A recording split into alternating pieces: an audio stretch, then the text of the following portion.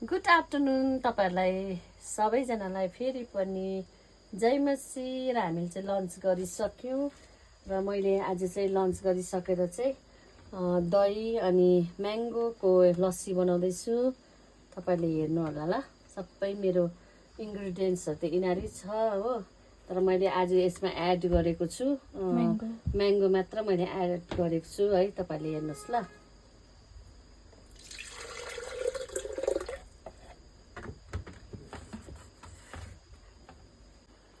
र मैले यसमा चाहिँ म्याङ्गोलाई मिलाउँदैछु दहीमा।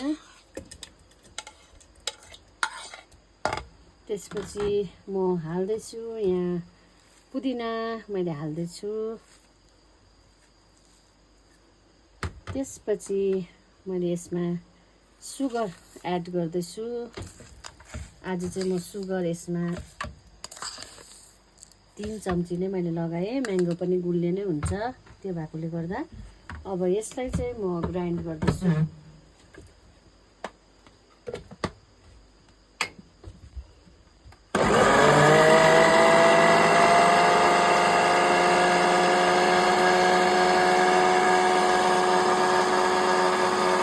र मेरो लस्सी तयार भएको छ, म्याङ्गो लस्सी। अनि यसमा चाहिँ आज मैले आइस एड गरिनँ किनभने त्यति साह्रो गरम छैन र आज चाहिँ ठिक्कको दिन भइरहेको छ र मैले एकदमै चिसो हाल्नु चाहिनँ। र आज चाहिँ मैले दही अनि म्याङ्गो मात्रै अनि पुदिना र चिनी मात्रै मैले यसमा हालेको छु। मेरो लस्सी तयार भएको छ।